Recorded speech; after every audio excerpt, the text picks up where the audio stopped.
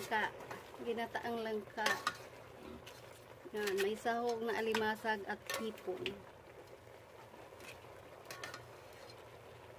Pinapakuluan ko pa siya, wala pa siyang gata. Lagyan natin ng asin.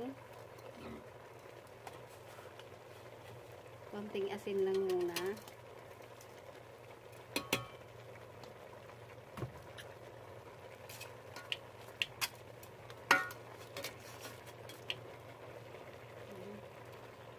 Tatakpan muna natin.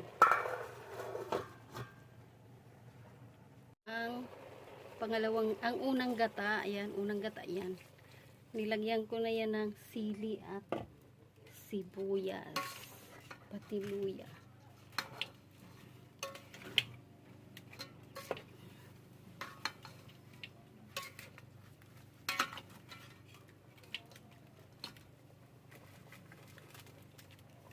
Ayan, mag-add tayo ng bitchin.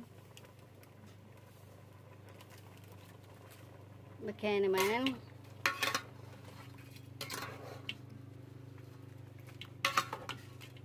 Okay, pakuluan natin hanggang sa lumapot yung gata. Ayan na po, ayan na siya. Nakaluto na ako.